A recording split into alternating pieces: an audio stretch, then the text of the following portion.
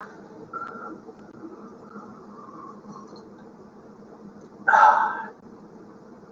evening, everybody. Another episode of Psycho's Platters, always powered by coffee, each and every time, because that is the mighty Psycho promise. I'll tell you, I've been drinking coffee for over 40 years. Yeah, over 40 years. Doesn't get old. And before anybody asks, it's Maxwell House Breakfast Blend. I get whatever cheap coffee I can find. Hey, right off the bat, I haven't even been on 41 seconds. How you doing, Mick? This broadcast will be, I'll just say probably about 90 minutes for real, because I have to take care of, I have to take my son to work tonight. So that's the reason why I have a cap on how much I can yippity-yap tonight for everybody here. Of course, it is Wednesday, the 13th. Yeah, December. We are 12 days away from Christmas. 12 days away from Christmas. And if I can play my cards right, Psycho's going to have a special treat for you guys, either later this evening or tomorrow morning, hopefully. I'm not sure. I'm not going to let the cat out of the bag, but you know what? Let's just say that it's going to be fun and enjoyable, an early Christmas present to you guys, if you will. All right. Oh, look. Now, see, Tom, I'm going to tell you something. First of all, I'm glad to see you here because I haven't seen you in a while. This is strange. I just was thinking of that album this morning. I really was because,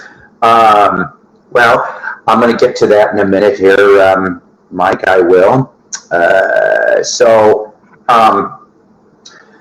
We'll talk about rock bands and such that do they really need to make Christmas albums? I have a new stack compared to last show. I've got more to show, and everybody's going, oh shit, no. Yes, that's right. Hi, Fred, and we've got a lot. We're starting to get people in, and that's good. So, hello there, Fred. Like I said, hit it. What was it? Last night, I dabbled in Groovy Lisa's stream. I didn't mind. I haven't seen her in a while. So yeah, hopefully, I'll have it finished off tonight or tomorrow morning in post. That's all I'm going to say about that. It's going to be something goofy and holiday related if everything plays out. So, all right. I don't own any cool. Well, yeah, I can understand why. You've told me yes for obvious reasons. Yep, I get it. So, let's see. So, yeah, I wasn't feeling really good today. You were asking me how I'm doing. That's the thing about the holidays. I mean, not only do you have the possible chance of getting, holiday time depression, seasonal depression, they call it, if you will, which comes and goes with me, that's for sure. I think it revolves more than a revolving door. Yeah. But, oh yeah, here's your bad Christmas joke of the day. What goes ho, ho, ho, swish, ho, ho, ho, swish, ho, ho, ho, swish? That's right, Santa Claus and a revolving door. Oh, God. Oh, that was horrible. That was so horrible. Whoever watched Robot Chicken, Composite Santa. Heat, my only weakness.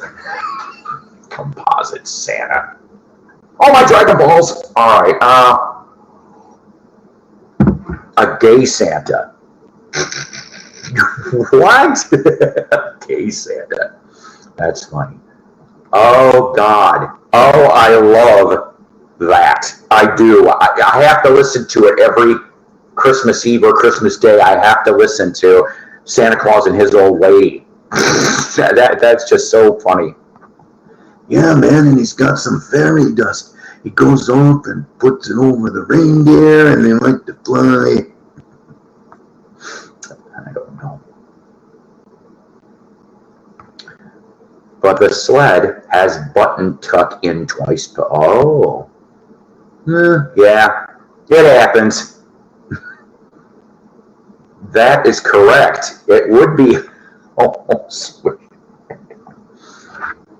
Listen here, you reindeer. You better get on the ball, or else I'm going to turn you into venison. Oh boy, that was bad taste. Not the venison, though, mind you. That was wonderfully seasoned, as Chef Gordon Ramsay would say. Either he'd say that, or this tastes like dog crap. How Gordon Ramsay would know if something tastes like dog crap is beyond me, and I don't want to know.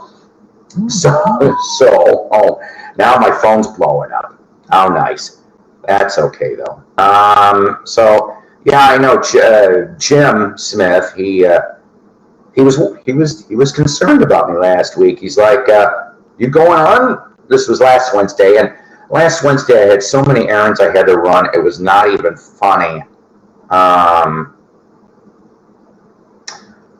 answer that later. So, but yeah, so that's why there wasn't a Wednesday. And then Saturday, we got lives, right? We got lives. And so the thing is that my daughter actually said something about this to me a few weeks back. Good, bad, or indifferent. She kind of went slightly off on me and said that I had time management issues. You know what? I think she's kind of sort of right. So I've been trying to get a little better at that. I wish I was retired, gang. I really, really do. I mean, not just because then I could be on here more like Joe Mayo or Rachel or anybody else for that matter, because I would be on here more, you betcha. And you know what? Maybe in some cases, a little Psyko goes a long way. So, they say absence makes the heart grow fonder. Well, I don't know if we'll go all that way out with it, but hey, yeah, Fred, that track never appeared on any album. That's a good question. I don't think it did. I think I might have given some of my Cheech and Chong albums away. I had the one that looked like the pill. I had the one that was supposed to come with the rolling paper, which the rolling paper was gone. And the wedding album. Something was in the wedding album. I can't remember what. So, yeah, those were fun. Those were fun days, early 70s comedy albums. Well, yeah, but see, you're right. I could see that element. I really could. But let me explain something. It's not like I'm going to be sitting on my ass all day, and I wouldn't, because either my game plan, and it's a long way from a countdown clock, but I'm going to have about 5 years, 9 months. Yeah, that's still a long time, if I'm even alive. But that's when I plan on going and getting out, or at least going to part-time. I may go to part-time by the age of 60. If I play my cards right, I have to figure that out. That's right. Thank you, Mick. Big Bamboo. That's the one with the rolling paper, that big giant. Hey, I wonder how many people back in the day when they bought that album, they're like, oh man, there's a big rolling paper in here. Let's roll the biggest doobie we ever had. And then, what was the quality of the rolling paper? Was it zigzag quality? Was it very thin Barnes & Noble toilet paper quality? Don't ask, but that's what you got to wonder about, because, you got that. You roll it up. You could go start it like here's you, and there's the end of the rolling paper. That goes to show you how much I know about drugs, because drugs are bad. Okay, I worked retail for 15 years, and I've been disabled my entire. No, I didn't know that, but 15 years in retail. You know what? You deserve some stripes, sir. I literally today, for me, it is 16 and a half years here, and 6.5 in Illinois. Yeah, if anybody works SAG, it was like a cardinal sin, and I paid dearly for that. Well, yeah, they sure like to do that shit, don't they? They eliminated those people greeters. They pretty much did. That was one of the good excuses for, 60 on up could do it. We used to take 6 papers and put them together and roll the whole quarter. Well, see, there you go. There's your super. Yeah. Good times. Anyways, So I never got into the drug culture. Okay, I didn't. I was a boozer, is what I was.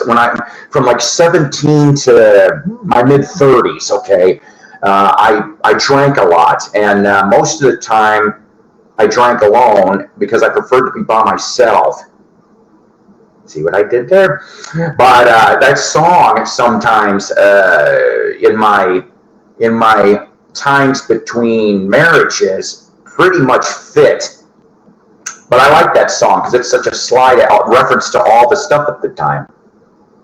Yeah. Oh, yeah. I would love to go see Thorogood. I thought I heard he may be coming back out in 24 on tour. I would wish he'd come here.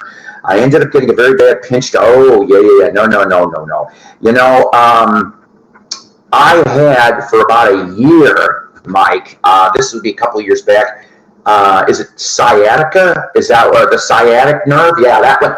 And for some reason, it took about a year for it to finally stop. Who's calling me? I don't know anybody with that number. Anyways, I'm always popular for the wrong reasons.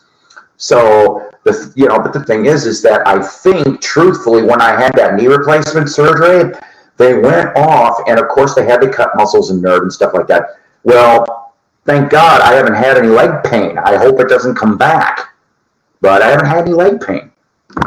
Yes. Hello there. It was, you know what? I'll tell you something. It was a pleasure to be on the broadcast last night. Sorry that I couldn't stick around longer. It's a scammer. It's a girl. Let's go run that. Let's go run that electronic arrows again, Ringmaster Ned. If anybody gets that reference, good for you. If you don't, it's a bozo circus. Standing 8. Yeah, I know that concrete's a bitch. I hate that. Hey, Dave, how you doing? I'm trying. I really am, and I'm trying too. As people have told me in the past. So yeah. Well, you know what? Thank you, and I love you guys too. I do. Hey, Maris, how you doing? Oh, Maris, I sent you an email yesterday morning. But I'll tell you a little bit. I wasn't sure. I said either the Tom Petty or the PJ Harvey. I don't care which. Surprise me. That would be that. I put that in the email too, and I put my mailing address in the email too. Look under psycho_DJ@yahoo.com in your emails, and then you'll see me there, because I sent it to the address that you put in the drawing video. Right, yeah. It's a mom. Zanguli made fun of that one time, and he was like, it's a plant. And it was like a big, one of those big-ass house plants that you find in the corner of a house. I'm just like, Tombstone Circus, that's what Sven called it. Because he's like, Mr. Tombstone, he's talk like that. Oh, boy. Mr. Tombstone. And of course, ladies and gentlemen, when it's Christmas time, it's Sventa Claus. That's right, Sventa Claus. Do you want to see? Okay, you know what? I wasn't planning on doing this. You want to see the Christmas sweater? Hang on. Don't go nowhere. Please don't go nowhere. Hang on.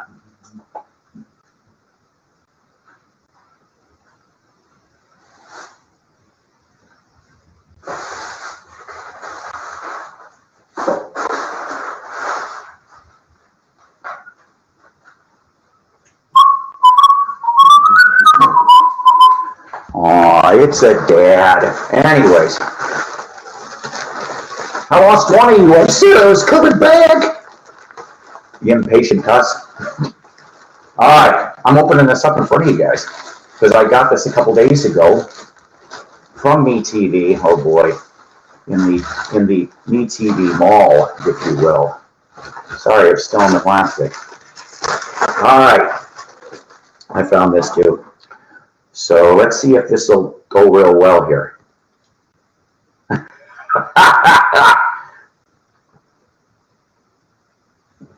I purposely made it a 3X. I'm really a 2X, but I know that there's a little shrinkage. I said shrinkage when it comes to these things. So this is my ugly Christmas sweater.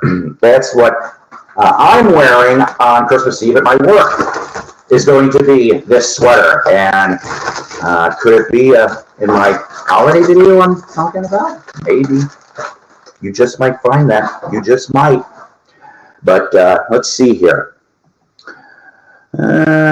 I met Bozo at an amusement park when I was like 8. The guy was taking a cigarette break. My dad said, Bozo. The guy said, yeah, Bozo. Hey, kids, it's Krusty the Clown. Who wants to watch an itchy and scratchy cartoon?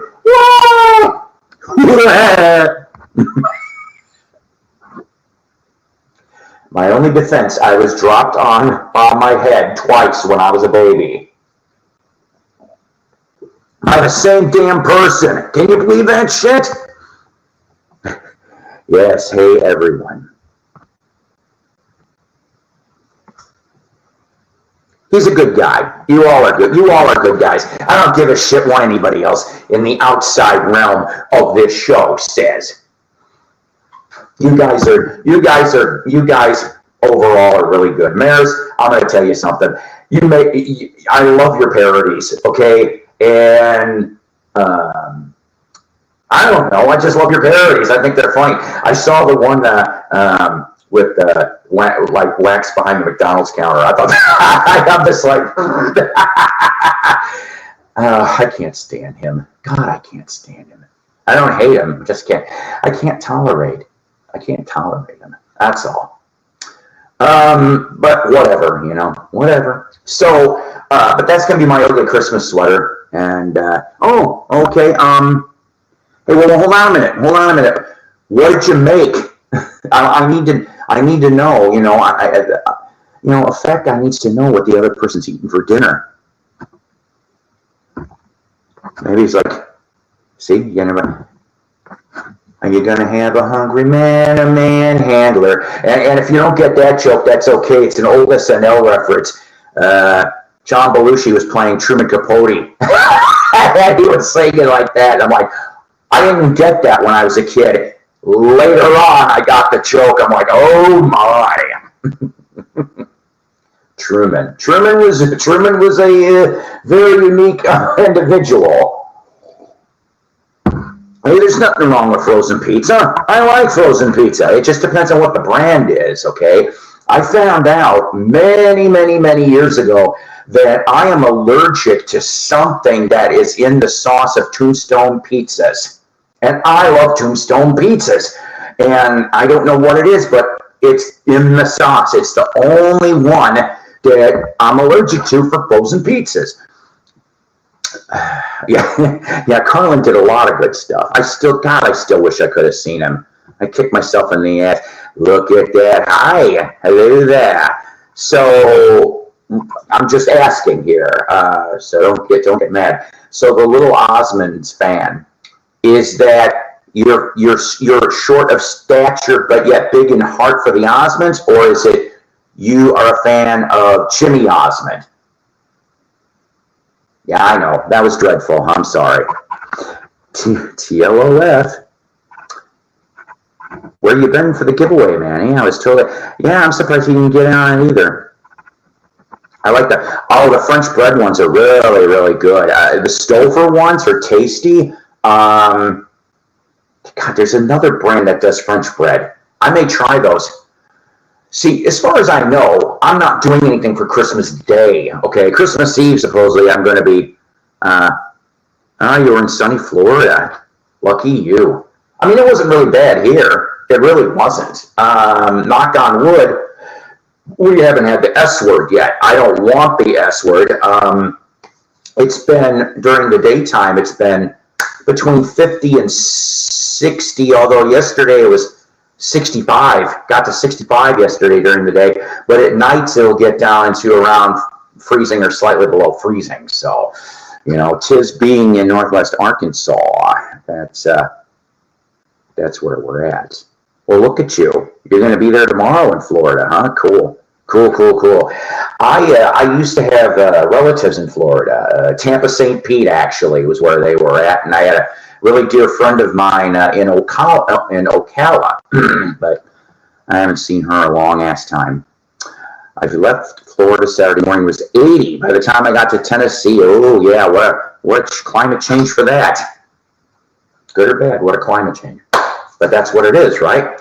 So I got the hat, the stupid hat, and I showed you the stupid Christmas sweater. I love Florida too, and I'll tell you something. I wouldn't mind going back there, but it's not going to be for the amusement park stuff. Although, does Universal still like do TV tapings in Orlando? Because I will, or get to shoot some of the movies. Because I wouldn't mind seeing that once. But because I love baseball, I would probably just go and I want to go like February or March and just go spend a week or two watching spring training. I think that'd be fun.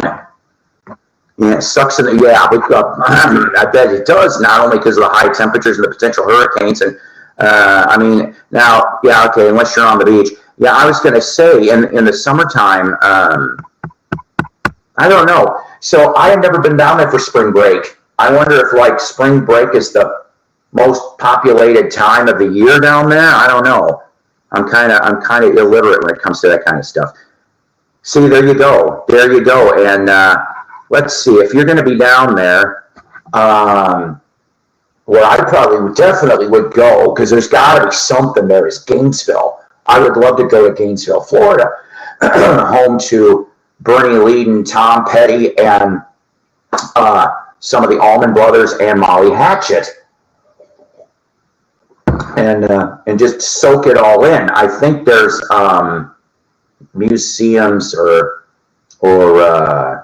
some of the. I heard one or two of the clubs that were there back in the 70s is still running. Who knows? You might be able to have some fun that way. Naples and Bonita Springs are nice. The Gulf is my favorite.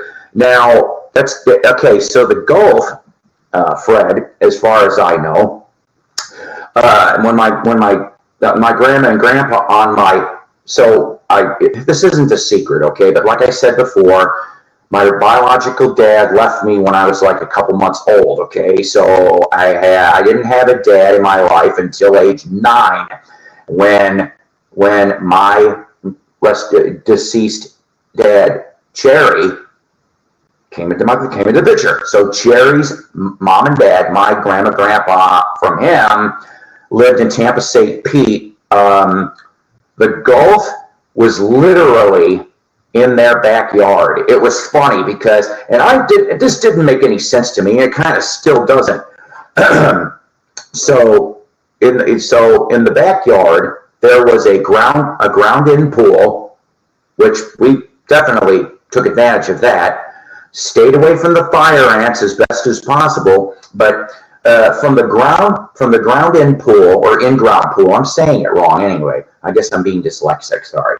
So between the in-ground pool and roughly the start of the pier, because they had their own pier and their own boat dock too, and so I'd say between the pool and the pier would have been about 30, 40 feet roughly, okay? And then we'd go out on the pier, and so, of course, we'd be fishing on that edge of the Gulf, and that was fun. But I'll tell you this, now remember, I was like 9, almost 10 years old. I went to go cast my line because, listen, fishermen, there's better fishermen than I am, okay? Let's face it. I had my sturdy Zepco 202 model, the one with the push button, because I was a kid, and I went, and so I'm trying to cast out there. Next thing I know, the fucking hook ends up in the ass end of my shorts. I'm like, it was like a comedy. I'm like, what the? And then I took a look. I'm like, shit. So, yeah, I'll admit it. But, I did get to fish a little bit in the Gulf, and I got to go on it wasn't a speedboat, if you will, but it wasn't an old clunker either. It was an in-between. And I got to go out there for a little bit and got to see the Gulf, and I enjoyed it. I really, really did. So I don't know. I wouldn't mind. Like the other thing is that that was God, I can't talk today. Why I wanted to visit New Orleans, for example. Many years I wanted to go to New Orleans. No, not for Mardi Gras. If I wanted to see some good, bad, or indifferent women with various size of titties, naked, with beads, you know what? All I have to do is offer a 6-pack of, oh boy. No, all I have to do is maybe put out 1 or 2 of those big tall cans of King Cobra. Oh God, that's so shit. And go, all right, who's going to show me? I probably have half a trailer park. See where I'm going? Half a trailer park with women going, whoo. So no, I wasn't going there for Mardi Gras. I wanted to go to the French Quarter because Fats Domino, up until like I think it was a couple months before his death, would perform twice monthly at this particular club, and I wanted to see Fats Domino perform. That's why I wanted to go to the Gulf. They had this red algae seasonal blooms by the Gulf. Toxic and inconvenient. But ooh, well, shit, I didn't know about that. True, but it doesn't happen that often. And the trade-off is there's no jellyfish. Yeah, I've heard about jellyfish. I have. Okay, so if you get a jellyfish sting, like you're supposed to, like, am I right on this? Because this just sounds really weird. That you go off and, okay, you piss in a, you know, like you're going to go off and soak your feet after a very long day with Epsom salt. So you go and the piss is supposedly supposed to help get it out. I don't know how true that is. I thought I heard that many years ago. Floating on the Vela, it is very depending also on what you ate. Now, if you ended up having a BBB, which is what I call the butt blaster burrito from Taco Bell, which that might be the only burrito in existence that could have more power than one cereal bowl of colon blow. Did you see what I did there? That was an old SNL I misspelled. Oh, I thought it was a frequent occurrer. Yes, that's right. Occurrence, and evening, and everything else. So, yeah, so that's why I don't really want to go to New Orleans anymore. Now, I do want to go to Gulf Shores, Alabama, and the reason why I want to go to Gulf Shores is because Muscle Shoals Studio is there. It's been reactivated. I would love to see. Now, I heard, it is actually in the original physical property, but I heard that in the late 70s or early 80s or something, it ended up being turned into an used appliance warehouse or something. I'm like, that was just sad, but they got the building back and they did what they were supposed to with it. Yes, hello from Florida. Everybody's in FL except me. I'm stuck in AR. Oh, well, it's okay. But yeah, so okay, so the reason here I called it "'Tis the Season for Holidays" is because, well, oh, hey, Dusty. Yes, perhaps, as long as it doesn't belong to wax, then you have other problems that you really don't want. Yeah, you betcha. I don't know, it's just, yeah, very much so, very much. So, Denny Lane, of course, died last week, and I at 79 years old, and you know what? I liked Denny. Okay, I liked him in the Moody Blues. I liked him, and of course, in Paul McCartney and Wings when he was there, 71 to 81, and then the last thing that he worked on with Paul was he did some of the work of Pipes of Peace, which I don't really like that album. Tug of War before that, yes. Pipes of Peace, not so damn much. You know why? I'll tell you something, Ollie. I wanted to do a Santa beard like last year.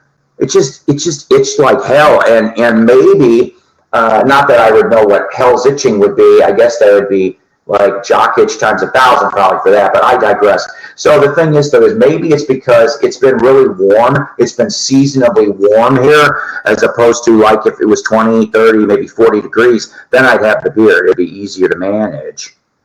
Yes, Dust. Great trio, by the way, on Kama Sutra. I don't have those albums. I want like to find them. Anyways, so I have, of course, Holidays from Danny Lane. See what I did? That's why I mentioned this. So here's your front and here's your back. And then you're going to be looking at, this is your inner sleeve. All right. And your record is going to look like this. Okay. So it's kind of interesting. For 77 anyway. It's Black Capital is what this is, and it's neat. And guess what? This sucker is near minty. It is. And so, you know, I mean, that's what we got going here. That's why I said Holidays. I heard Flaming Pie. It should never left the bit. Well, okay, you know what? I'll tell you this. Flaming Pie. Okay, Flaming Pie was like, could there have been a couple better tracks on it? You betcha. Okay. I have not heard any of the unreleased stuff, but I'm still glad that album came out. I dedicated the song Little Willow to my late wife, Jess. You know, I don't know. Oh boy, that's next month. 5 years next month, guys. 5 years. I cannot believe it does not feel like 5 years since she's been gone. But anyways, so of course you pretty much hear it's Denny and Paul and Linda. That's all that's on this album, and it's Buddy Holly covers. All right, that's what that is. Quick commercial. So the last thing I shot, and I put it out yesterday, finally. That'd be cool. I like the song in the first place. I'd like to hear that. But also, before I leave this topic, there's still got to be some fun unreleased stuff in the vaults that hasn't come out yet. Okay, I'm sorry. I'm one of those people that wants a Back to the Egg deluxe set. All right, I love that album. I really do. And he was trying to be a little punky, if you will. I know that's kind of punky for Paul. That's I don't know if he was just trying to keep with the trend at that time. Because let's face it, Goodnight Tonight was disco, right? That's where his disco stab was. And then of course the Christmas song he did, Wonderful Christmas Time, and then you've got Back to the Egg. And I like the album, damn it. But as far as for Flaming Pie, I like it. Flaming Pie probably is the last decent album that Paul has done. I enjoyed Run Devil Run, actually. The one before that was before or after? I think it was before. I wish he would do a volume 2 and gather up some other musicians and do it. There's another one. They could do enough for him to do it too. They could. What's the title of that rare flammable peaches, Dave? Are you I was going to say, I see, and I didn't even look at that Odessa. I had a copy of Odessa. I didn't know it was flammable. I had that for a few years in my collection. But anyways, commercial time. So if you guys didn't get a chance to see this, I did post a new Jukebox from Hell yesterday on the 1978 Bay City Rollers, Strangers in the Wind. Yes, I know this is the last album that they would be Bay City Rollers before they would jump to the Rollers for the next couple of years. And of course, I got the little blurb sticker that talks about the Croft Superstar Hour starring the Bay City Rollers, Saturday morning on NBC. Bay City Rollers. But, you know, so that's the thing there. Okay. I actually, let's see, I got some CD finds and then I'll show you some books. How about that? That be all right? Could have been the other record that Dave has shown on his Sun vid. I don't know. I don't know. I didn't get a chance to see that. So I went to a resale shop today, just one. I only had time to go one because I wasn't feeling good. I ended up having to come back and go to bed for a couple hours. So I went off and oh yeah, no, I get it. So I found 2 CDs there. All right. So this one here originally was a bonus disc. I don't know what year this came out, but I can tell you now that this was probably only sold, or excuse me, because it was a bonus CD and it wasn't for sale, but I'm going to guess this was in the gift shop. Mickey Gilley had his theater in Branson, Missouri for a bunch of years.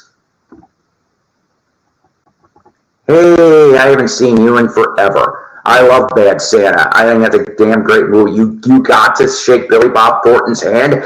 I'll tell you something. I kicked myself in the ass. Billy Bob did a free concert at the casino on the Arkansas-Oklahoma border, and unfortunately, I just couldn't get there that night. Yeah, Dino, Desi, and Billy don't get enough love. But so I have assigned Mickey Gilley. Yeah, I'm not keeping it though. I'm going to give this to my friend Scott up in Cape Breton, Illinois. He doesn't know about this yet because, like I said, I just got it today. We were yapping about Mickey on the phone earlier this week because for some reason we started talking about Playboy Records. If you guys know what I'm talking about, that's great. If not, this is all right too.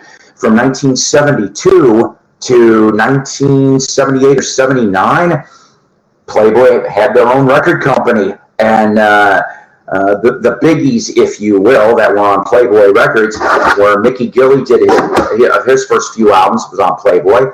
Barbie Benton, which was Hef's girlfriend at one point or another.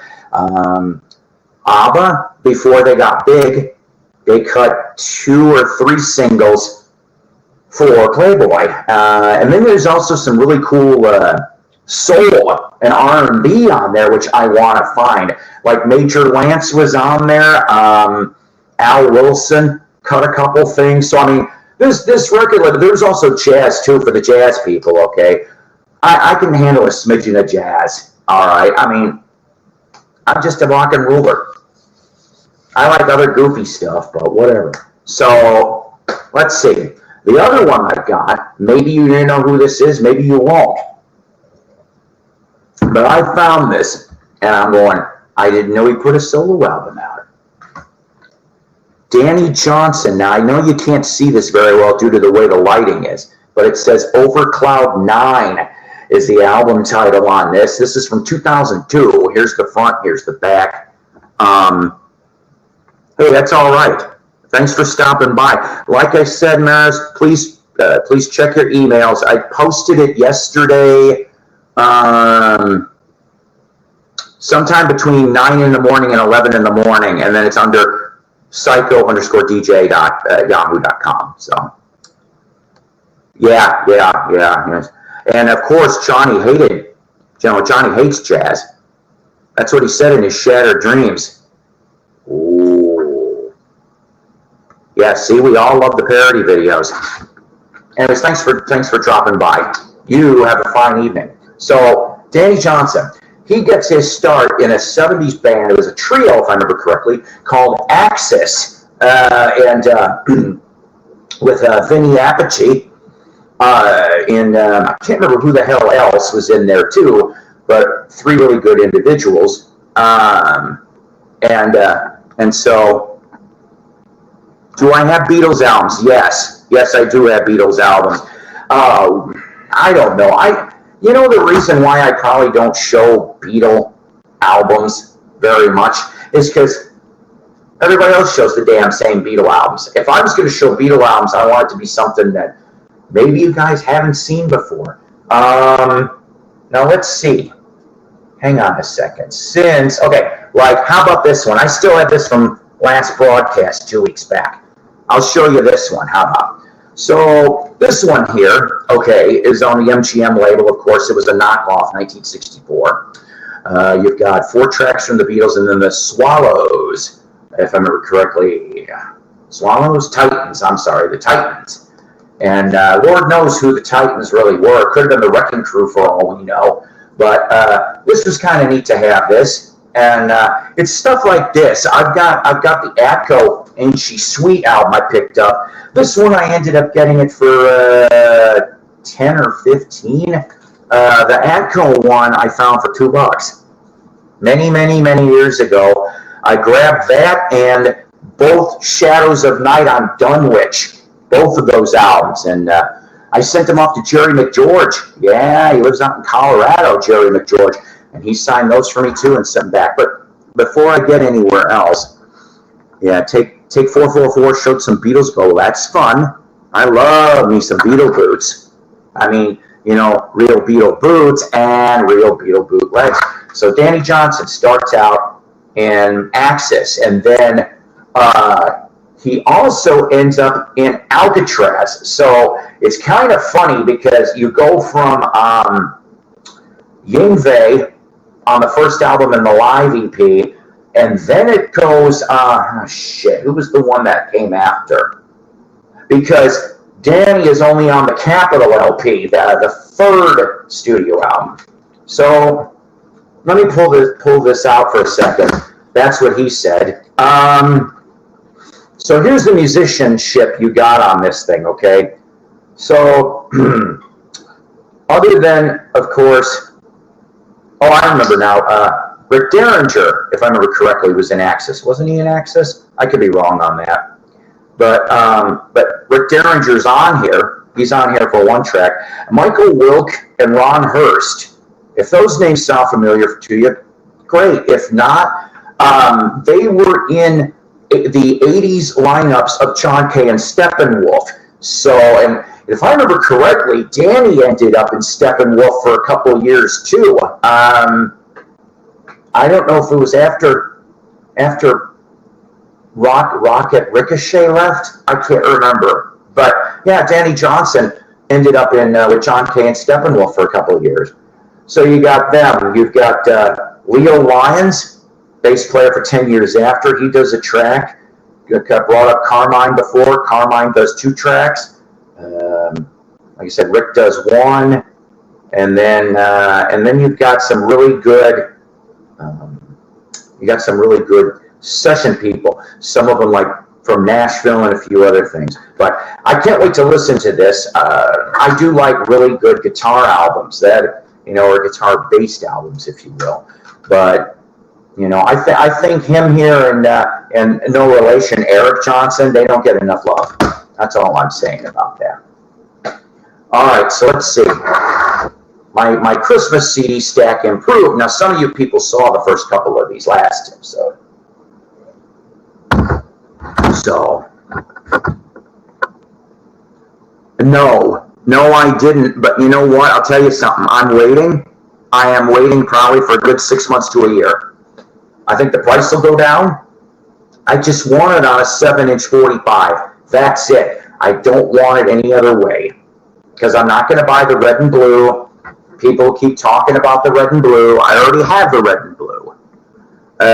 Well, yeah, okay. I'm dull too sometimes, but I'm not a Beatle completist, but, I already have Free Love and Real Love and Free as a Bird, excuse me. So I might as well have Now and Then, right? But what would have been neat is if they would have gone off and remastered all those anthologies the best they could and stuck it on volume 3 of the anthology, you see, before they put out volume 4, which we've had that discussion many times before. So we showed Monster Ballads Christmas. We talked about the tracking order there. Steve Perry from Journey. If these came sometimes with signed inserts. Target, they had signed insert CD, and for the vinyl, it was cover flash signed by Steve Perry. If you are a Illinois power pop, yeah, you know what? I'll tell you this. It didn't bowl me over. I didn't think it was total shit, but it wasn't no genius song either. Okay, and so that's all I'm gonna say about that. But if you like power pop stuff, so you got here Cliff Johnson and Mimi Benitez. I hope I'm pronouncing that right. They did a song called Christmas Every Day. They signed this too. This was in the late 90s. And Cliff Johnson was the lead singer for Off-Broadway. Rest in peace. He died, I think it was earlier this year or late last year. And then Mimi was in, if I remember correctly, Pez Band. And I have one Pez Band album, Gold Stamp Promo. But both of those bands pretty much around the Oak Park, River Forest, Illinois area, they kind of gave birth to in the 70s. And then, of course, yeah, who's George, who's Ringo, who's John and Paul, who's Pete Best, who's Stu Sutcliffe, who's we could go all day here, who's P.U. Pinchlove. I'm never going to let that down, P.U. Pinchlove. If you don't know what I'm talking about, we'll explain another day. And of course, one of my favorite, I don't really like a lot of Christmas music. I just don't. But I love hearing this because it really does take me back to when I was a kid. And yeah, that's right, Who's Fall? Yeah. Who's William Campbell? All right, so I found a few more of those since last time. So I picked up, well, let's see. I'll go to this one first, though. I'll go to this one first. So this album was under good. I'm glad on that, seriously. They need to keep making records. I've even heard Off-Broadway is continuing. I can't remember who they got for a lead singer, but I'm like, they're still going now. I'm like, okay. So Monkey's Christmas Party, only in name only. All of these are solo tracks. They were solo tracks. I'm like, why the hell? I understand. Stick it under the Monkey name. You're going to get your Monkey fans to buy it, a.k.a. me. This was a Target exclusive, though, this particular CD, and I didn't pay full price. That was kind of nice. And the difference between the Target CD and anywhere else for Christmas Party is you get the bonus tracks, of course, of Ryuichi, which was on the 1967 Monkey's Christmas episode, and you also have the 1976.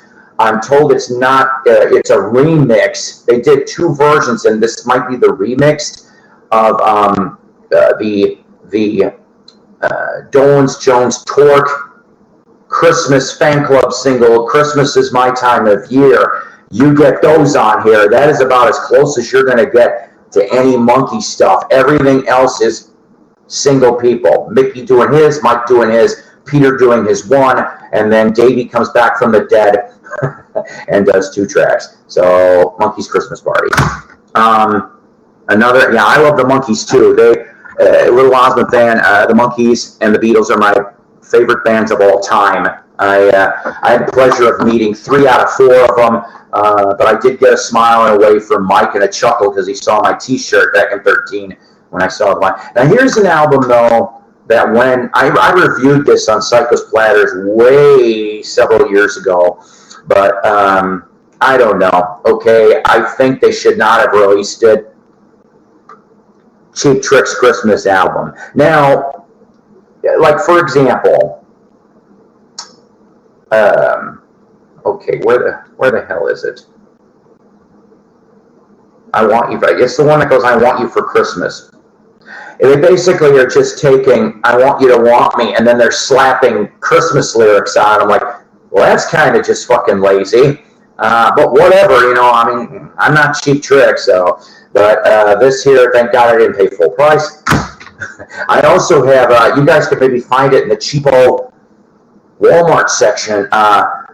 From several years ago, the REO Christmas CD. I actually have a copy of that autographed by the band. I don't know where the hell that's at. I tried looking for it and couldn't find it. See now, there you go, right there. I would have loved to have seen that show right there. Was that okay? So was that before Trick cut their first album, or right around that time? Because I would have loved that. I have both Off-Broadway albums. If I ever get to see that band, because I guess, like I said, they're going to be touring, I think I only want to go now just to see how it sounds. And if Ken, I don't know if I'm going to pronounce this, Huark, I don't know how to pronounce that last name, but I'd like to meet him and not only get him to sign those off-Broadway albums I have, but to also sign the Badfinger Airwaves album, because he is on half of that album. Davy Allen and the Arrows. Yeah, that Davy Allen from the 60s. He cut a Christmas CD. And guess what? It's on Wicked Cool Records, which has a little Steven Underground, ties to it. I think that's fun. So lots of fuzz, lots of Christmas. Another one, Tommy James's I Love Christmas. Now, if I remember correctly on this, I think, I could be wrong on it, for at least a track, the Shondells, the original Shondells, perform on this, at least on one track. Notice I only paid 99 cents. A lot of these Christmas CDs I bought at the same place for 99 cents, and I was not going to let that go. Now here's one that was probably in everybody's collection at one point or another. Phil Spector's A Christmas Gift to You. Yeah, a good album. It's a good Christmas album from 63, 64. Really nice. Now, the one, a lot of people, including me, I didn't know. This, by the way, this CD was released through APCO. Yeah, you know that company. 1989 is this CD. Now, of course, it originally came out on Phil Les Records, but in the late 60s, I want to say like 70, 71, excuse me, so early 70s, it landed on Apple Records. There was a reissue of that album on Apple, and I'm not trying to be an Apple completist, mind you, but I would love to find that version along with, and I don't even care if it's fake, the Beatles Christmas album on Apple. I'd like a real one. I looked over an article recently on how to determine which is a real and which is a fake, but I don't even give a shit if it's a fake, just as long as I'm paying fake album price, okay? Just to have it, that's all. But I've never seen one. I've never seen one in the wild. I've been collecting Beatles records since 1979, and I have not come across one of those in all these years. Let's see here. Don't run away. I'm going to get some more, okay? By the way, look, it's got to be Christmas related. Yes, I love this special. I do. Along with the Peanuts, Charlie Brown. Don't go away. I'm getting more coffee. And then we're going to talk about Christmas albums, more Christmas albums, and, well, why they really shouldn't be kind of done anymore.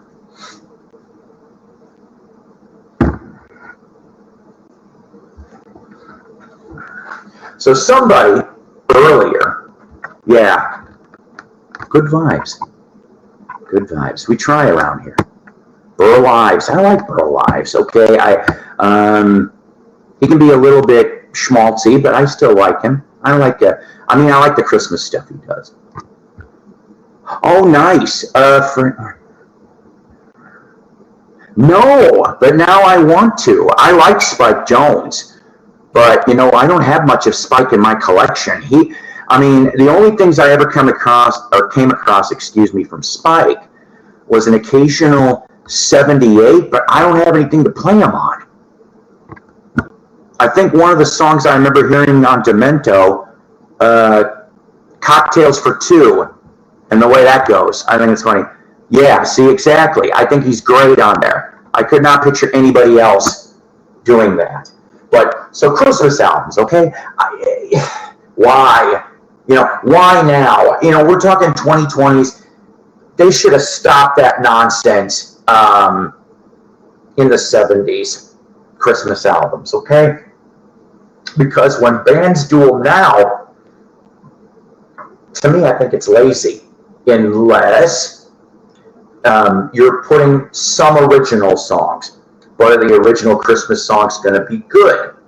Like, for example, as we previously shown, I think on this Cheap Trick, there's what, 2 or 3 original songs on here that they did, which, that's fine, okay? That's fine. You want to do Christmas songs, for that, more power to you. But who really wants to hear the 100th version of Angels We Heard on High? You get where I'm going on this? Yep. My household had it too. My grandma's. She really, I don't want to say she was in love with Andy Williams, but she definitely had a lot of Andy Williams. Let's see, a little bit of Perry Como, a little bit of Percy Faith. She had a couple Jackie Gleason orchestra albums. Remember those? She also had some Victory at Sea LP and 8-track. You get to that point in the middle of the thing, click, click. You remember that sound, people that are old enough. Click, click. Right when you're getting in the middle of a jam, going, click, click. But, you know, when bands do Christmas albums or solo artists do Christmas albums, don't do it. Just don't do it unless you're going to give us some original stuff. And if you're going to do that, just throw an EP out. Yes, I'm a fan of EPs. But, I mean, just throw an EP out, okay? Make the price a little cheaper for everybody, and good, you know, we can listen to it. Now, somebody earlier, and I apologize, brought out that they were listening to December by the Moody Blues, okay? And that was the last album the Moody Blues ever did, seriously. It was also, if I remember correctly, Ray Thomas's final album with Moody's. Fred Waring of Pennsylvania's Night Before Christmas albums is up on. Oh, good. Okay. Oh, good, good, good. I'll have to listen to that later. Thank you. But yeah, you know. So, and then Hall and Oates. You know, they're embroiled in the bullshit that they're in right now, which we talked about that last episode. But I looked into it, and the last album that those two did together, 2006. And it was a Christmas album, and I'm going, oh no. Now, I don't know if there's original songs in that Christmas album from 06, but I'm just throwing that out there. It is, but Fred, in my defense, there's a better version to me anyway, and it's Mickey singing it on Monkey Christmas Party. That version's better. That version's at least 5 times better than that McCartney version. I heard that too. I love the Moody's. You know, I remember that. What was it? Okay, so after December, they put out an album. At least maybe it was a year before that, called Hall of Fame. They were being smartasses, basically, to the Rock and Roll Hall of Fame, which I'm like, great, but they ended up finally going in there.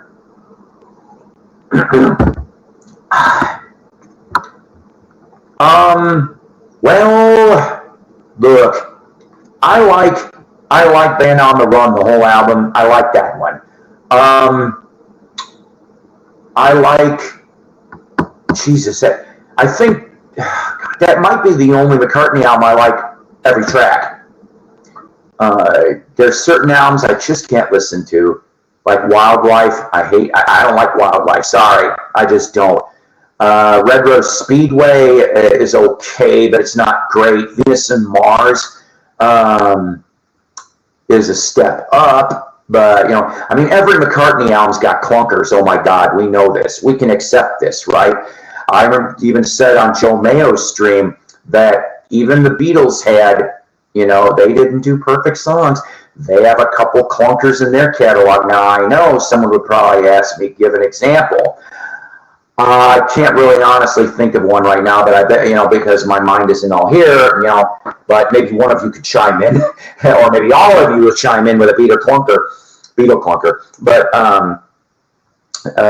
yeah, as far as for Paul's output is concerned, I would say Band on the Run is the only album that I fully enjoyed completely. I would say after that, as far as for 3/4 of an album, Back to the Egg and Tug of War. Probably would be it on that portion. I spun My Dad's Venus and Mars today. First time I heard that record since I was a kid. Wasn't expecting much, but to be honest, I really liked it. It's not, like I said, it's not a bad record. It was a step up, but, hey. Yeah, I'm not a big fan of that song either, to tell you the truth. It's kind of maudlin, and it's kind of funny when you start trying to hear some of the hidden meanings that are in that song, and I know you're going, what are you talking about? So there's a lyric in that song where she's talking about seeing a man from the motor trade. Now, supposedly in 66 slang, man from the motor trade, aka abortion doctor. So she got herself in trouble and she went to take care of the problem. Seriously. Anything before the family way is cool. After that, they suck. Steven, I'll tell you something. I'm glad you're here. I never heard anything. I know that Paul was involved in that. I've never heard the music from that.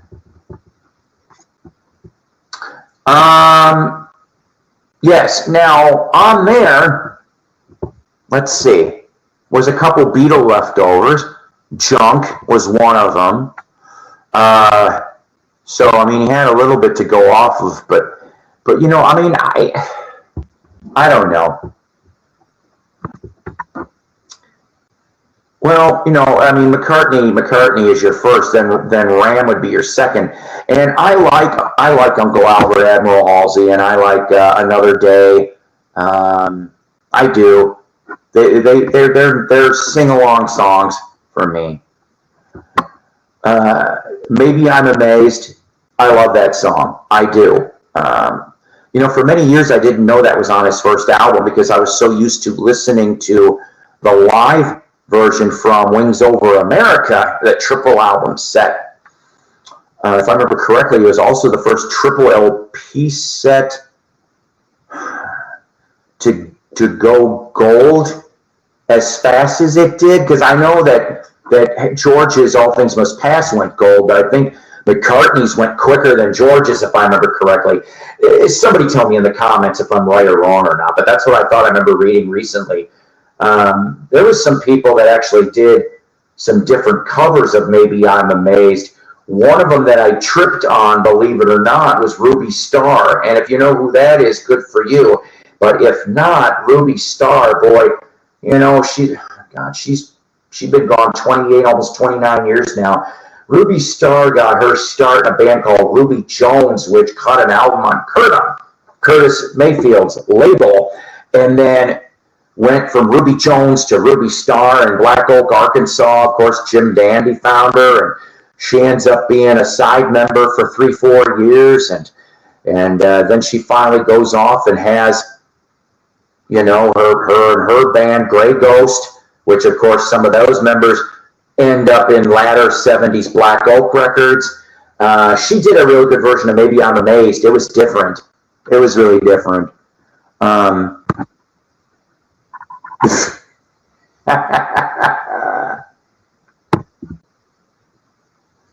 don't know if I've heard that. I'm going to have to go listen, Terry. I didn't know that. I like that. Paul is not dead. That's great. I like that chant. Did you ever buy any of the Beatle novelty records about the Beatles? I was floored when I found out how many there were made. Only if I come across them cheap. I wish I had them easily at hand for you. I've only got 2 or 3. I do have somewhere in the collection a original first press of Rhino's Beatles songs, The one that's the controversial because it's got Mark David Chapman in the middle of the Beatle convention, and everybody, and even I didn't catch that right away. I was pretty stupid. I didn't. Normally, I look at covers, but I wasn't paying attention. I bought that thing probably in the first 2 weeks it came out because I'm like, I want to hear this stuff. I've never heard any of the novelty stuff. And then to find out that cover, and then they had to redo it, and I'm like, oh my. So yeah, somewhere I've got an original, and then I have a Goofy 45 from '78 called "Bring Back the Beatles." The Zebras, or it was on Zebra Records. It was New York based. I can tell you that much. And it still had the original insert, which was pretty cool. You know what? You're trying to get. Come on, my little comments. Yeah, she did. Was along that vein, wasn't she? You know what, though? I'll tell you, God, she was cute as a button. She really, really was. And speaking of, Scott Dog brought up Madison. After probably, I think it was after 1980. I think it was 80 or 81. She moved to Wisconsin, somewhere around Kenosha, is what I'm told. Somewhere between Kenosha and Kenosha Racine area, because she used to play the Brat Stop a lot. Brat Stop still exists, and you Wisconsin people are going to know that. But she played there, I guess, a bunch of times with. They called it Gray Star, which you know what? I always thought she was a hot little thing. And if you want to see topless photos of her, Google. There's even another picture. I don't know where they got it from, but her short shorts, if you will, shows a little something. I tripped on that. I did, seriously. But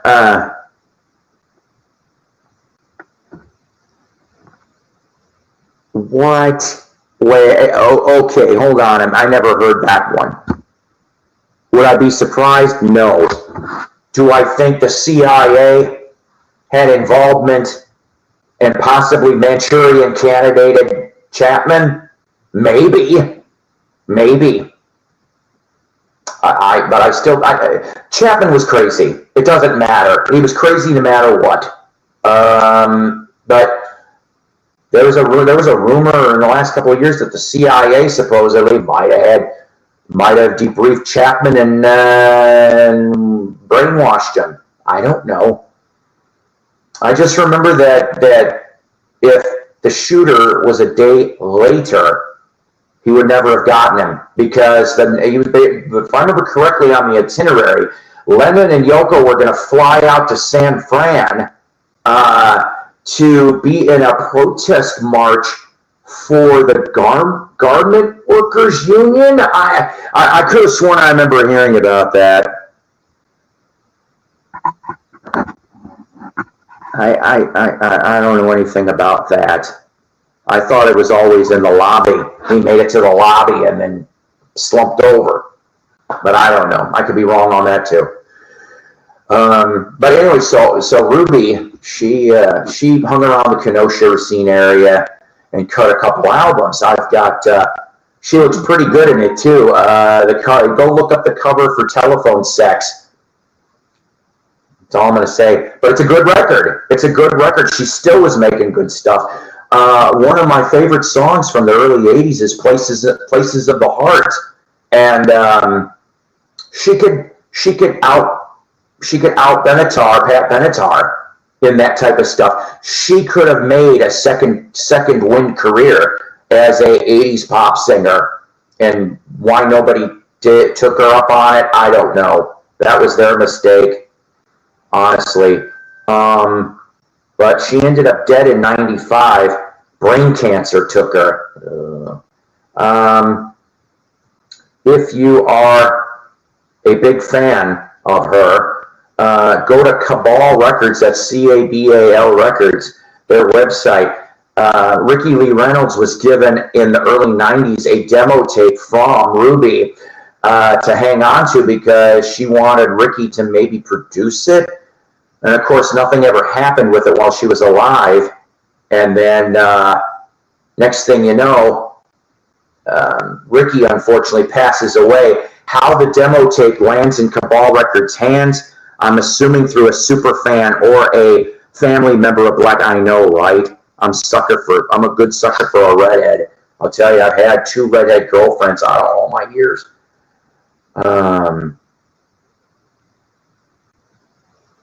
Oh dear Lord. I may have to make a phone call shortly too. Who tried calling me? Sorry guys, don't leave me. Don't leave me yet. Don't leave me. I don't know, somebody local's trying to get me. Probably some scammer or some bill collector. So Cabal Records not only has this previously unreleased demo tape, they also finally are the first official release of the Live at Winterland 1975, which previously was on Wolfgang's Vault. You could have listened to it there, and probably YouTube too, but it finally has an official release, and if I also remember correctly, it could be a CD DVD release, so that would be nice. I've got that Black Oak 76 Live at the Royal Albert Hall, and she's on there. I thought she did really good with Black Oak when she was with them. I mean, of course, most people know her for just being on Jim Dandy, but she was on a couple more tracks from 73 to 76. They just were downplayed is all. But yeah, Cabal's got, to my knowledge, all of the 70s Capitol albums. And I think they even have the rights to the Ruby Jones LP from 1969, 70, something like that. I found one once, and I didn't have the money. I went back to go, and it was fucking gone. I was like, damn it. Because I knew what it was. Obviously, somebody else knew what it was, too. Because I never saw it again. I had the damn thing in my hands, and it was near minty. But oh well. I'll just find another one, hopefully, down the road. But, so let's see. We're already at 1 hour and 12 minutes, eh? I know, I haven't been on here very long. Let me show you. This isn't really exactly book finds, okay? So we're going to shift gears for a second or two or more. So Friday, 2 days from now, I will get to see one of the legends of wrestling. They are coming to Siloam Springs, Arkansas. Now, if you live in Missouri, I'll tell you this. So Friday, he's going to be in Siloam Springs, Arkansas. Saturday, he'll be in Springfield, Missouri. Sunday, he will be there in St. Joseph, Missouri. So if you're anywhere around those areas, go to Mid-States Wrestling and order your tickets. Tickets are reasonably priced. I got front row VIP meet and greet for Mr. Jimmy Hart. Jimmy, Mouth of the South Hart. And I got his book. This book came out on ECW Press, of all things, 2004. 180 pages. Really good read, actually. He was very entertaining. Let's see here. I'll show you. This was back in his Gentry days. Look what he looked like. Yeah, he was in the Gentrys. If you guys some of you didn't know that, because here is not a very good. Hi, we're the Gentrys, and they did put out a CD, like a reissue CD called Cinnamon Girl, and I love their version of Cinnamon Girl. If you haven't heard it, it behooves you to go check it out. Here's a picture of the Sun Records lineup. Yeah, they recorded for Sun Records in 1970, and that's where the Cinnamon Girl 45 came from. And it almost mimics Neil's version, except you don't have that little guitar part at the end. That's not on the Gentry's version. But so I've got vinyl Keep On Dancing. I've got this book. I'm also hoping that I'll get a photo with them. And I'd like to see, I mean, I don't know if this would cost me extra, if maybe we might get a little surprise. Maybe. I'm going to ask him. I'm not going to tell you what the surprise is. Because if it doesn't happen, then I don't have to tell you. And then, of course, I got New Issue Goldmine came out today. Night Ranger on the cover, yes. And they don't have to tell you they love you. That's right. Night Ranger. And also to try to prove the point that they could still rock in America. See what I did there? But so you got here Beatles, Foghat. Foghat, of course, has got Sonic Mojo, which is basically Roger Earl. It's the same lineup pretty much for almost 20 years. I can't remember who's playing bass, though, because it isn't Craig McGregor. He's been dead for a few years. The only time I got to see Foghat was Chess Was Alive. This would have been like 2009, 2010, roughly. So it was oh God.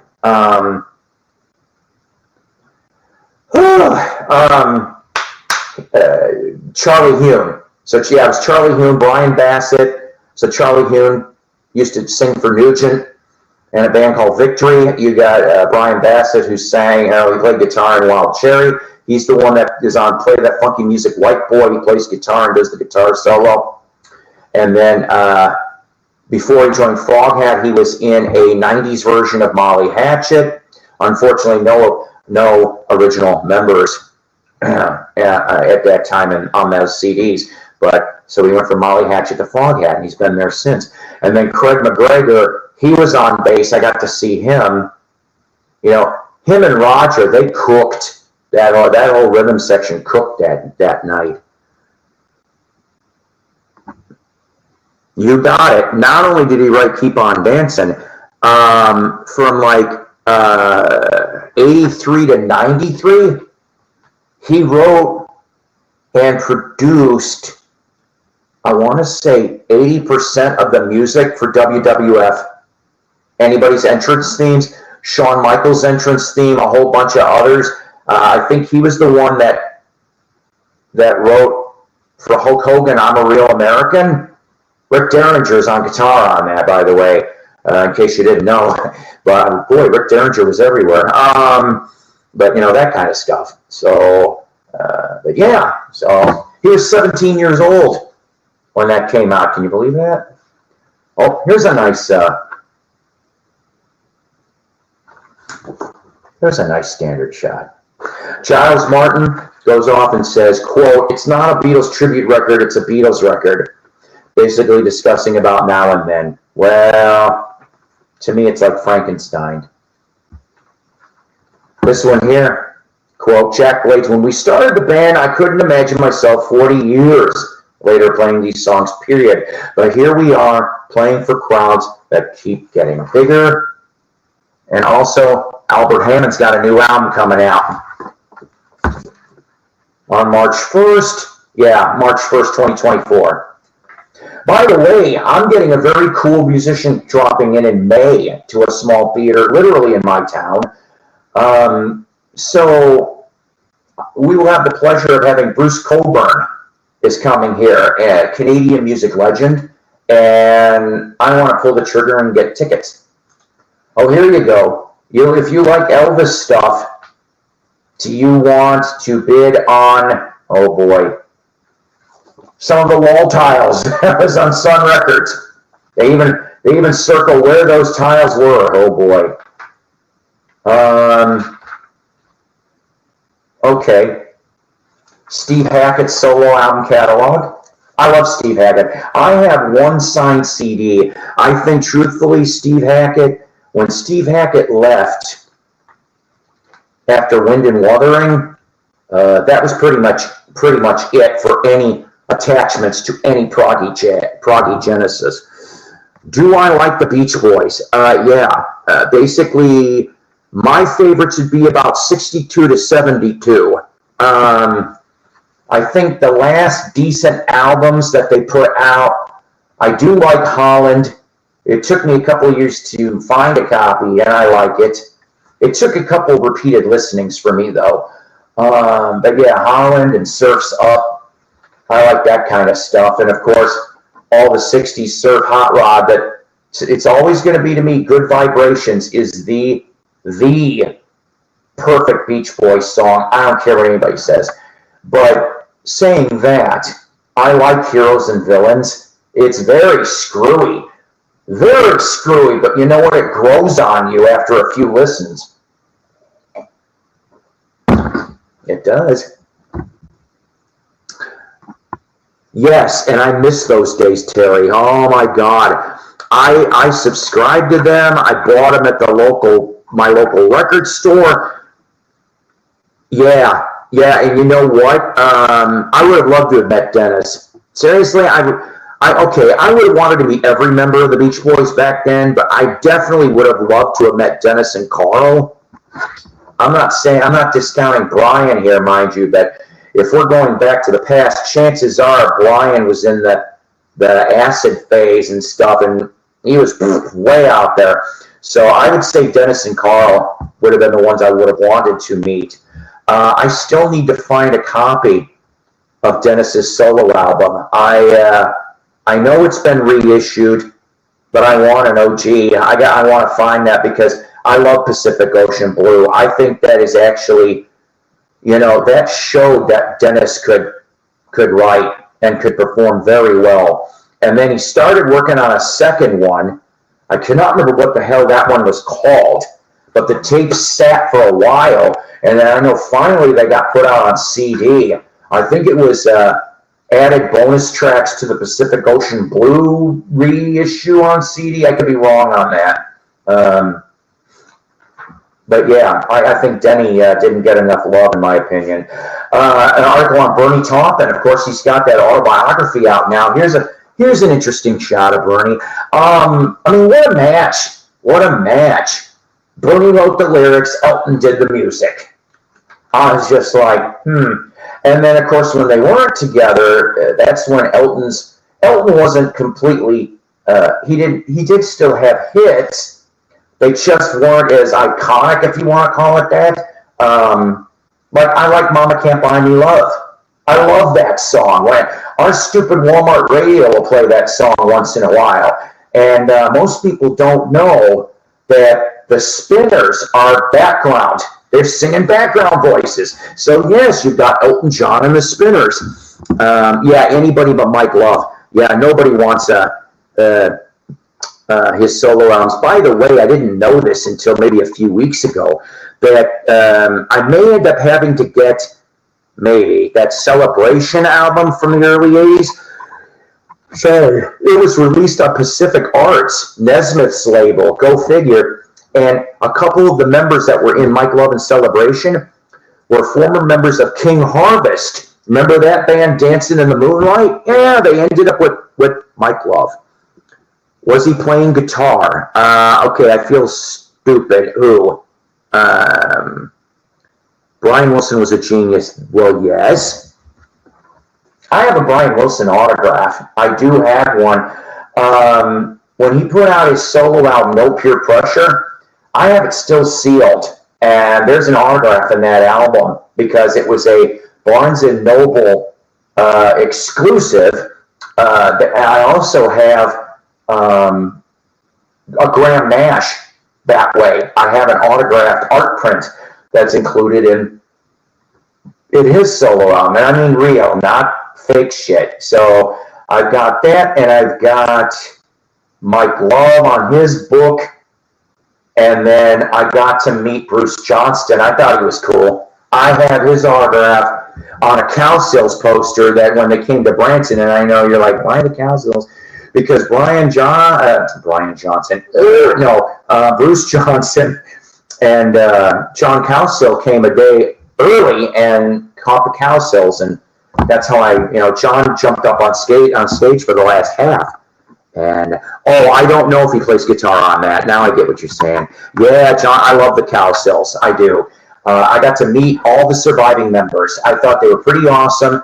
And I'll admit it, I'm not ashamed of it. I hit up on Susan Cowsill. She's gorgeous. I can't explain any more than that. And she was definitely gorgeous 11, 12 years ago when I hit up on her. I was willing to take the band to the IHOP across the street and go, my treat. That didn't work. There's a nice shot. This one here, I don't know what year it is, but you're talking Nigel Olsen, D. Murray lineup. So there you go. If you've never seen that shot, you got that.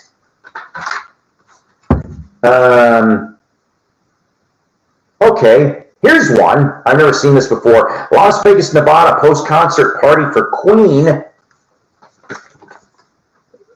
Bernie and Freddie Mercury and Lady Friend. That's cool. Oh, here we go. Oh, this might be nice. If you like Todd Rundgren, 50 years of a wizard / true star. 1973 to 2023, a fan-sponsored celebration on Todd. I like Todd. I do. Oh, here's your latest. So we're talking Sonic Mojo is the name of the new Foghat album. Here's your lineup for that. Some people have given it really good reviews. I want to end up picking it up too. Rodney O'Quinn, that's the bass player. That is the bass player. Well, why not? Well, no, we didn't. There wasn't a Denny's near me. That's why I was going to go to the ice skip. I was just going to be real nice. Go get some pancakes. Well, they didn't have a Waffle House there. Well, maybe they did, but not near the theater. Would have been funny if they would have taken me up on my offer. Oh my God, could you imagine the bill for that? For 4 band members? Maybe Bruce Johnston, me, and my son? Oh boy, I wouldn't want to see that check. Yeah, so Sonic Mojo, that's out. If you haven't picked that up in your Foghat band, or you like good old blues rock. Oh, here's a nice 70s shot here from 76. Tony Stevens is not the bass player in this shot, but you've got Craig McGregor. There you go. I miss Dave Peveray and Rod Price and all of them.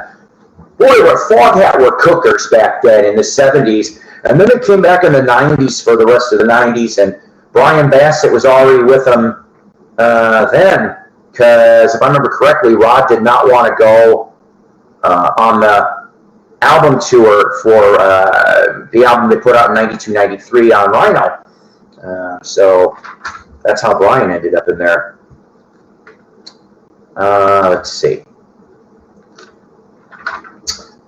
Of course, we already talked about Night Ranger. I got to be backstage and work the Night Ranger show in McHenry, Illinois, 2004. It was 4/5 original lineup. Speaking of original lineup, here's your 1983 Night Ranger shot. I met everybody in the band but Alan Fitzgerald, who he retired a few weeks before the tour. That's how Michael Lardy from Great White steps in and does the tour. Let's see here.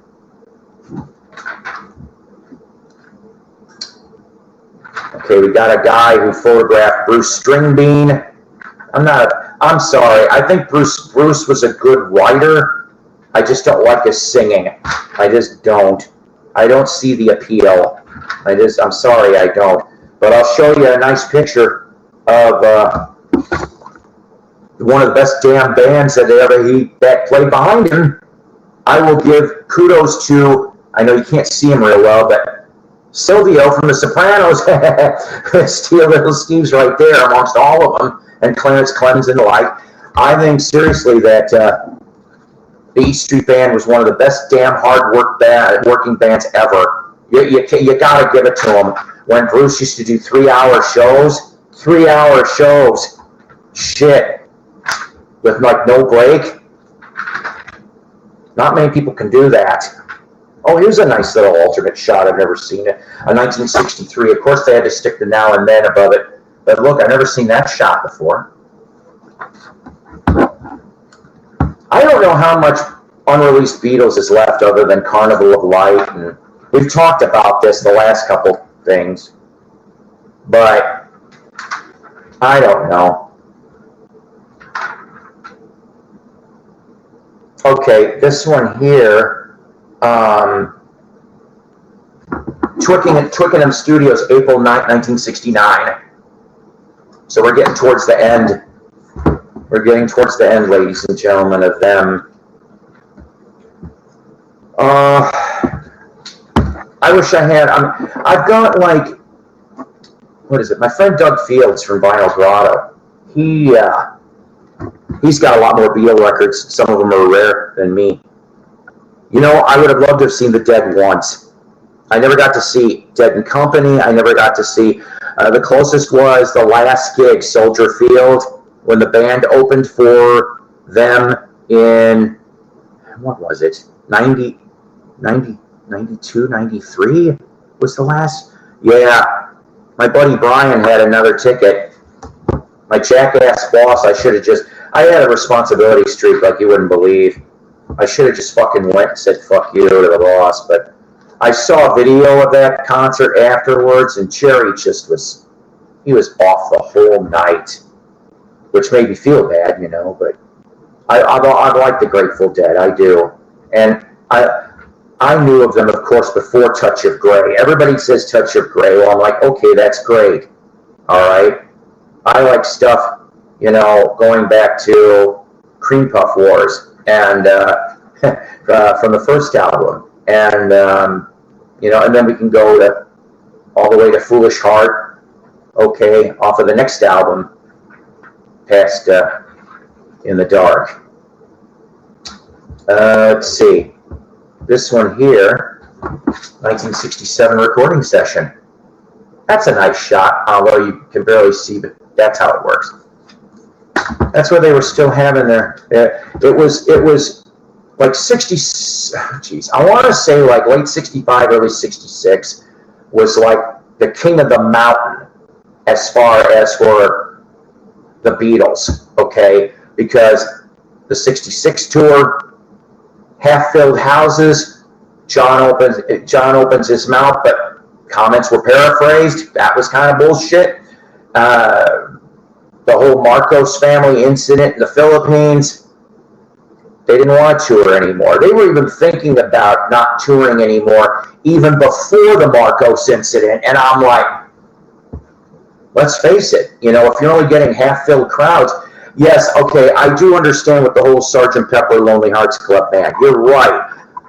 But what I'm saying is, in general, I think that was, I don't know. That's just my opinion, I guess. When we get to the whole Rubber Soul Revolver, okay, which are great albums, I think, like I said, that tour kind of, you know, it was a good way for them to get out, okay, because if they continued to tour, we maybe wouldn't have such good records as Sgt. Pepper and the White Album to a great extent. I think that, 66 we went from Mellow Yellow to Submarine in 1 week. They called him Mellow Yellow. Oh, I think this is from the Mad Day Out session of 68. I want that book. There's a lot of cool photographs of the Beatles in 68. But, you know, even by 68, you know, you see that the nerves are frayed. They're already starting to, oh, here we go. I want to read Mal Evans' book. But here's a picture I've never seen. So you've got Mal driving the car, and this jackass photographer sticks his fucking hands in a camera inside the car to take a picture of McCartney. And you see Harrison in behind, and this was on their way to the Brian Epstein Memorial. And Neil Aspinall's in this shot too, and so is Patty Harrison. So I'm just like, you know, I mean, look at that jackass trying to stick his head. People just didn't get it. The stupid press. But yeah, Mal. I mean, my God, what a way to go. Well, here's one I've never seen. George Ringo John behind the bar at Wimbledon. I don't know if I'm saying that right. December 14th, 1963. That's kind of cool. Never saw that one before.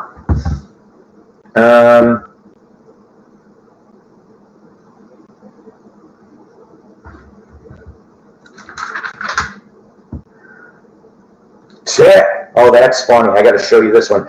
This one from December 63 at the Speak Airport in Liverpool. The flight attendant is tightening up Ringo in his plane while Brian Epstein and Mal Evans look on.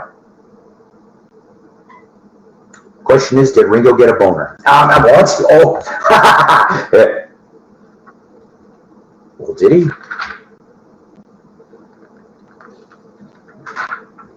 That's about it for that. Oh, here we go. And then Bill Mooney from Lost in Space. As you know, he had a musical career. He did. Fish heads, roly-poly fish heads.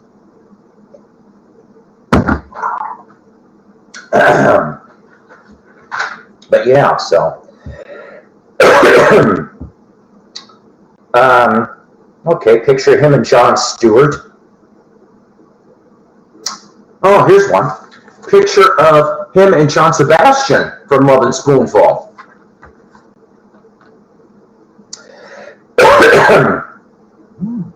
And then him playing with the band America.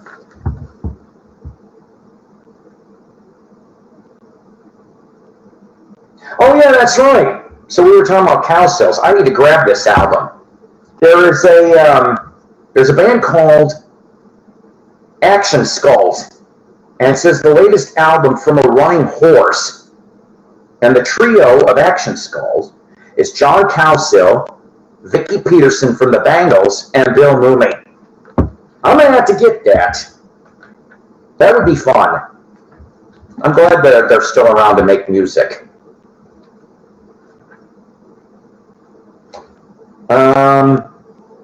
Okay, so this is going to be interesting. I'll show you this if you're an Allman Brothers fan. So there's a newspaper clipping here from the 60s that are showing an article on the Hourglass, which of course was pre-Allman Brothers days, visiting the set of Lost in Space. That's funny. See, maybe you can win a bar bet with that knowledge.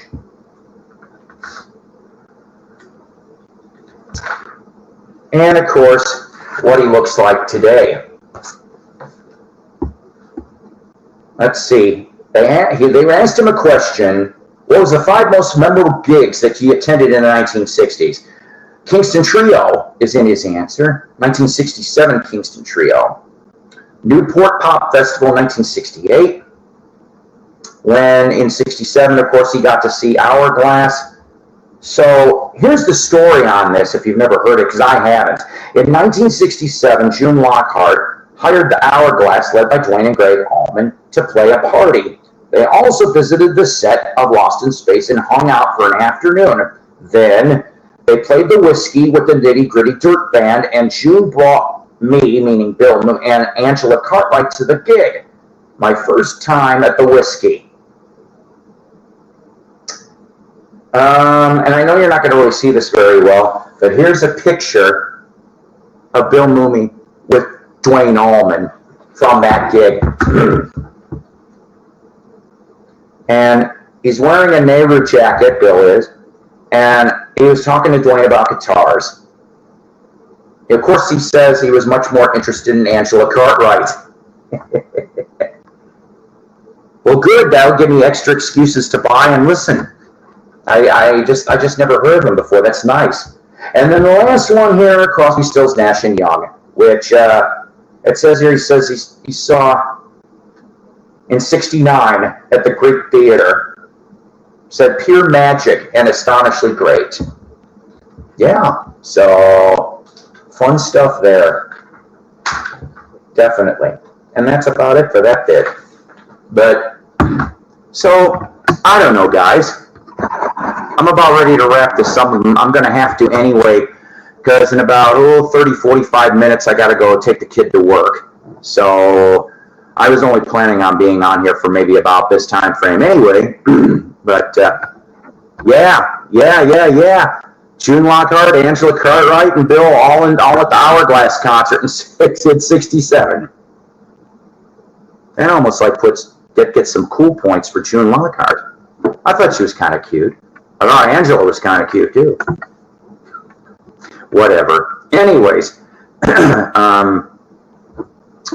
but we've got 13 days to Christmas, and I don't know. I'm still not feeling the Christmas spirit, guys. I just want the holidays over. Sorry, I get like this now from like Halloween to 1st of January. I'm like, come on, get out of the way. I want to move into the next year. Hopefully 2024 will be very kind to all of you guys out there, and to this idiot here, and my family and my friends, and all that, because we do need better in our lives, don't we? We would like things to be better in our lives. And whatever you guys are going through out there that you don't want to talk about, just keep going, all right? That's not that's not empty words. You're talking to a guy who attempted, when I was a dumbass kid, twice I attempted suicide. And looking back on it, I was very dumb, And 40 years later, look where I am. I'm right here talking in front of you. You know what? Thank you so very much, Stephen. Seriously, I'm very happy and blessed, okay, to have everybody here. And like I said, I'm shooting for in the spring. Hopefully, maybe we'll have new equipment. Maybe we'll finally have myself a laptop where we could start doing some more fun things, because I have a couple ideas in the noggin that I want to try. And but I can't do anything really like that until I get that stuff. Maybe you were poisoned. I don't know. Lord knows. I remember the last time, I almost died in the summer of 2009. That one would have been really bad. And that would have been an accident. I didn't even want, by that time I already, I'm going to tell you guys something. What kind of made me stop thinking about it, because I get depressed, like anybody else, was when my sister did that in 2009, in January 2009. We're going to be coming up on 15 years. And I realize, I miss Sarah, my sister. I do. She had her own taste in music, but she always supported me in my endeavors, if you will, and I was always grateful for that. But when I saw what happened and how everyone around her were affected, I just said, nope, I'm not even going to have that thought anymore, because I got 5 kids. I've got almost 10 grandchildren now. And they're part of why I live. I love them all. And I love you guys too. And I'm not being fake, pretentious, any of that shit. I really do love you guys, because you allow me your time to watch this little no budget thing that we try to do at least once a week or every week or every other week. And then I try to do more fun things like Jukebox from Hell. And by the way, next episode for Jukebox from Hell will be 1998's Voyeurs album from 2. That's the number 2, W-O. The one-off band of Rob Halford and John 5. Yeah, they worked together for about 3 years. Thank you, seriously, Danny. Well, Stephen, it's none of my business. I hope you get to, if that is what you want. That's all I'm going to say about that. I hope that in the near future that you will get to be able to do that. Because don't get me wrong, I almost gave up on all of that, okay? When I came down here to Arkansas, and I'm not going to drag out the whole story, okay? I'm boring the shit out of you. But I really thought I maybe wasn't going to see 4 of my 5 kids again because my ex-wife hid them in the state of Wisconsin. I'm being totally serious. Like, there was no communication. The phone numbers were all dead. I tried to get my lawyer to look in, get private. Nobody knew. Nobody knew where the hell she was and my 4 children. And I was upset, depressed, and pissed. And then I would say maybe it was about a year later I get a phone call because I didn't change my phone number. I made sure to keep it the same. And it's, when I finally, whatever. But after I had my kids, I changed the phone number. But, she called me and said, I screwed up. Come and get them. So that's how I ended up being a single dad for 10 years. No help from her. But that's okay. It was God that got me through to get to my kids and be there. You know what? Thank you for coming by. Seriously. I enjoyed. Yeah, I love the questions. I love when people ask questions. Thank you for coming here. Yes, he is. I would love to see him live. I just can't believe that he went to the Motley Crue camp. That's what kind of surprised me. Honestly, I don't know why it surprised me, but it did. I liked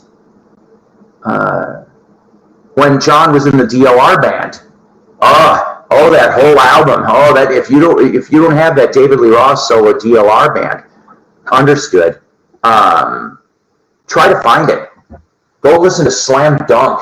That almost sounds like a Van Halen outtake. I'm just like, it's that damn good. And I'm like, holy shit, I thought it was Van Halen when I heard it on the radio. Nope.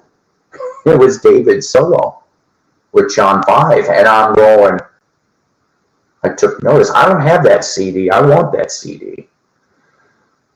Eventually, David's going to be in Jukebox from Hell too, by the way. That's a future spoiler. He will be there for at least once. All right. Yeah, that was a surprise too. Thank you for bringing up Rob Zombie. You're right. That surprised the shit out of me. I don't understand. I almost would like to know the behind-the-scenes story about that. Maybe John just wanted to do something different. Maybe, I don't know if John and Rob are amicable? Yeah. I don't know. Anyways, guys, like Osmond said, goodbye, Merry Christmas, Happy New Year to all of you guys out there. Now, I'm going to tell you something. Obviously, as we get closer to the holidays, things are going to get a little more dicey. I don't really foresee a problem for not being on next Wednesday. Saturday, I'm probably going to be busy this week. So, obviously, Friday, I'll be at the wrestling thing. Saturday, I'll be busy. I'll be watching Svengoolie. And then Wednesday, I'll come back on the 20th and do a show for you guys. And then after that, unless one of my kids goes off and has some last-minute Christmas plans, I may do a short Christmas show that day, just for the hell of it, for anybody that's bored and they're all done eating and watching football and all the other shit. Oh, you know what? In Illinois at the time was not a father right state when I lived there for my first kid. Thank you, Dan. Thank you, Danny. And thank you all. And remember, ladies and gentlemen, always powered by coffee each and every time. That's the mighty Psyko promise. Ho, ho, ho. Where's a ho? I wouldn't mind having one right now. Just kidding. Or am I? All right. I love you guys. Take care. God bless. Rock on. And you know what? We'll see you next time.